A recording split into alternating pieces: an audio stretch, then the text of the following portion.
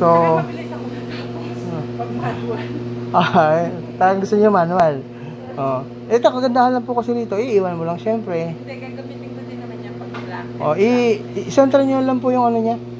Yung bubble dito para sure na level siya. Sige ma'am, anong petsa po tayo ngayon?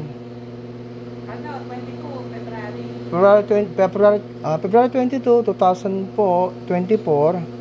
So 3 months warranty ma'am tayo ha. Basta ma'am yung problem niya H12. Eh, paano pag iba? Bayad na naman yun.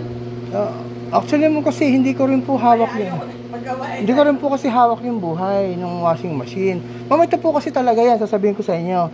Ang isang factor kung bakit nagpe-premature na pagkasira ng washing, pag-expose siya sa humidity. Nagkakaroon ng corrosion yung mga pyesa, gano'n. Kaya dapat, i-secure nyo siya na nakakover talaga siya ng cover na lona. Yung pong parang pasadya, maybe po pwede na yung mga galing sa Lazada, Shopee, yung mga zipper, para hindi siya mapapasok yung moisture. Ganun po yun. Kasi exposed po yan sa ano sa hamog. Yun, hamog. Yun, masama yun. Moisture yun, hamog. Kaya po, mabubulok yung mga parts mo.